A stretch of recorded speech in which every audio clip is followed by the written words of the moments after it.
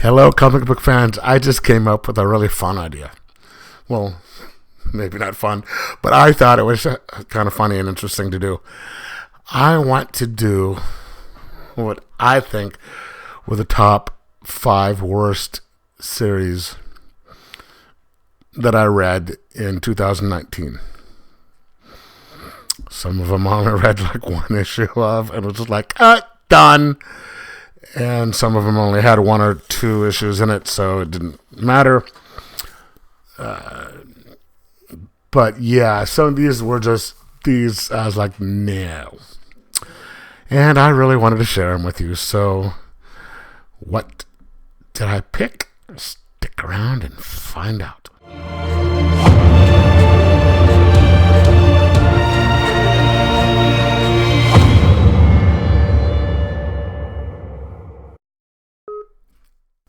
And here we go.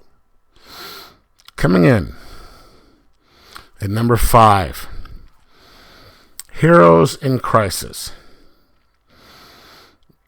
This was really hyped. It was this, it's the new big thing. It's the new event. And it used to be in the day that an event was a big thing. It was only like once every year or once every couple years, like Crisis on Infinite Earths in the 80s. Again, this isn't for show. I'm old enough to remember when that came out, and I actually had the whole series. I remember that. And now an event comes out 3 or 4 times a year, and the quality seems to be going down and down and down. But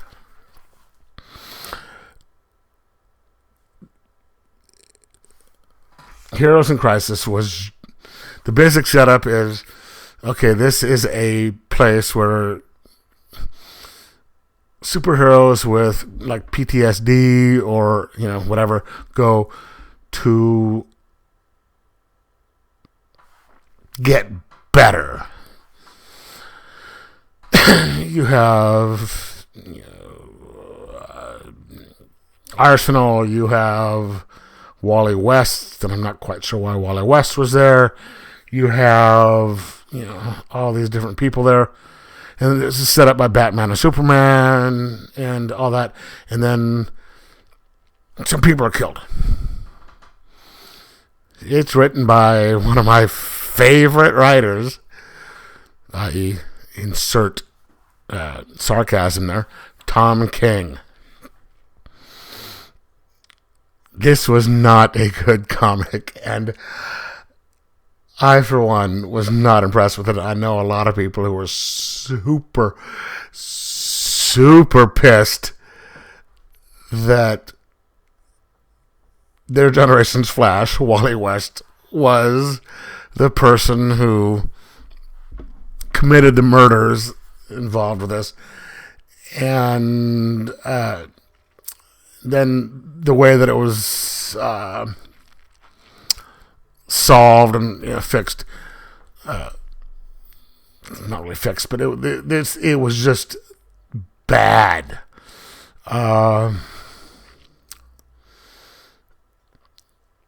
It was not good, and this is one of the things that really annoys me. It was really beautifully drawn. The art in there was incredible. But the story just chunked. It was not good at all. All right. Now to go to number 4. Doomsday Clock. Great concept. Great idea. The execution, nah. It was plagued by delays. It was plagued by rewrites. It took 2 years to get done, and due to some of the rewrites, I think a lot of what they established in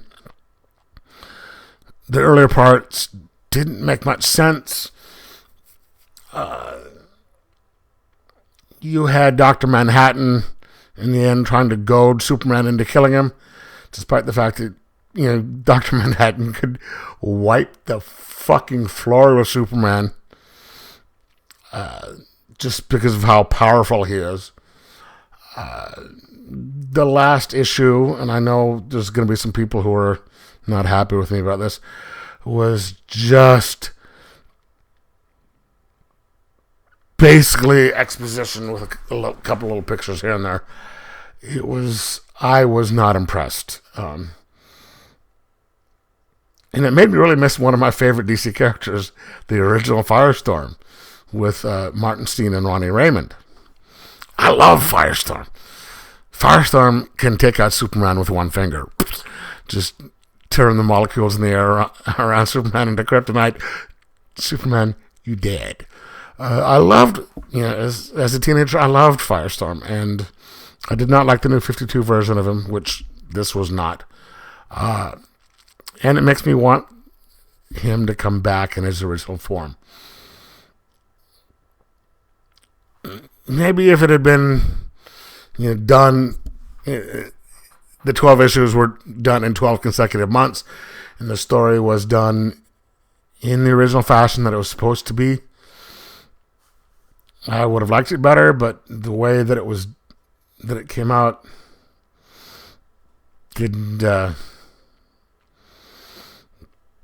it didn't impress me at all. All right, so that comes to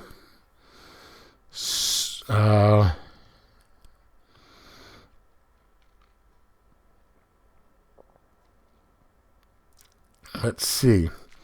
Superman Year One.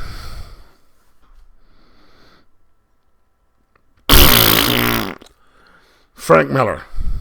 What the hell? Seriously, Frank Miller. I mean, I loved Batman Returns.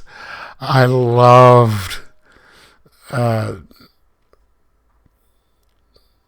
Batman Year One. Some of the stuff that he did was just incredible.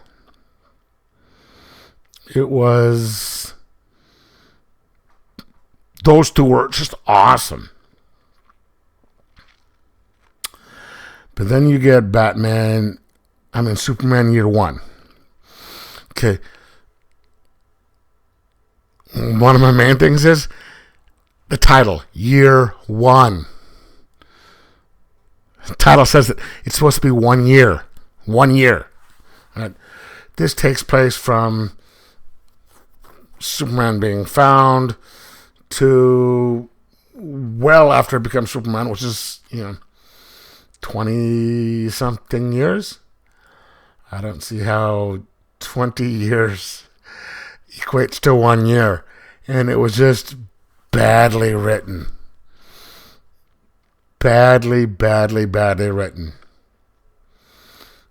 It had stuff that it was kind of, I think there's some sort of homage back to the John Byrne series with the Mermaid, where he spent most of the first issue down in underwater, where he was dealing with a mermaid and Poseidon,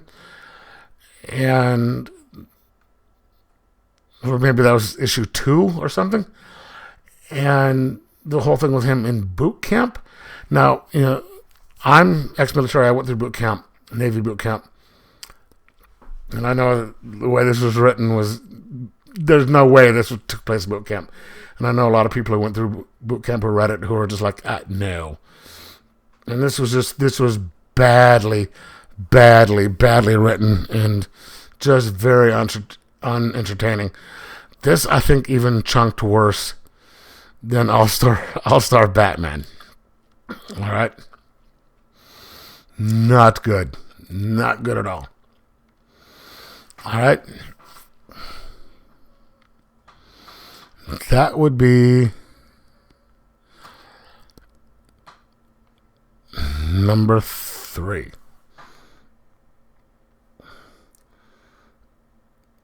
Number 2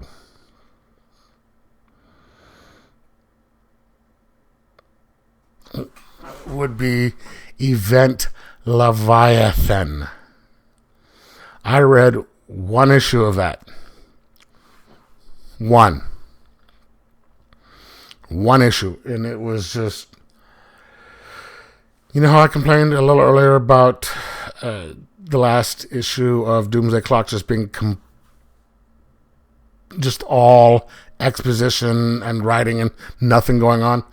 That's basically what happened in Event Leviathan. It was... Characters not acting like the characters are supposed to be. Batman wasn't the way it was supposed. Wasn't the way Batman was supposed to be. It was, it was just horrible. It was a gut punch. It was awful. All right, it was bad, and I could not bring myself to read the rest of it. And I don't read much Bendis stuff, but every once in a while when I do read something like that, read a Bendis thing, it's, something like that. Or the Superman one where he reveals his identity to the world. It's like, why do I pick up Bendis stuff? It was horrible. Okay. Now, I'm going to do before I do number 1, I'm going to do a dishonorable mention just because I could not decide between which one of these it is. Now, this is not number 1. It is the entire King run of Batman. If you've been watching my videos, you realize that I love Batman, but I have just been completely unhappy with the way King has been doing Batman. It was horrible. Again, with Heroes in Crisis, it looked beautiful. It was really incredibly drawn. All right? It was fantastically drawn. It looked really good. But the story was... You're just sitting there thinking, why am I doing this? Why am I doing this? All right? It was... And the only reason I kept doing it, well, there's 2 reasons. One, I don't like having gaps in my collection because I know that once he was done with it, I was going to keep getting it. I knew I didn't want to get gaps in my collection. And 2, spite. I wasn't going to let this guy drive me away from my favorite character. So, that was it. Okay, now we're going to get down to number 1. Another author that I had on this list. Batman the Golden Child. Oh my God, what the hell? What the actual fuck on that one? I mean, seriously. Some of these people... Frank Miller needs to step away from... people should not be hiring him to write stuff anymore. When you have a story where you have Darkseid and the Joker, okay? Darkseid and the Joker trying to interfere with a United States presidential election. Seriously, what the fuck does Darkseid care about a presidential election for the United States? This guy's trying to take over the universe, and he wants to get involved with the presidential election of the United States? Dude, seriously? I mean, by a wild stretch of the imagination, maybe the Joker, for some odd reason, might try and get involved with this. And that's a super stretch. But Darkseid teaming with the Joker to try and get, I swear to God, a Donald Trump-like president reelected. What the actual fuck? I mean, I'm sitting there watching this going, or reading it saying, what? dude, no. This guy needs to just stop. No, no, not at all. This is my number one worst comic of the year. And, so anyway, let me know what you think. Do you agree with me? Do you not agree with me? What was some of the stuff that was on your list?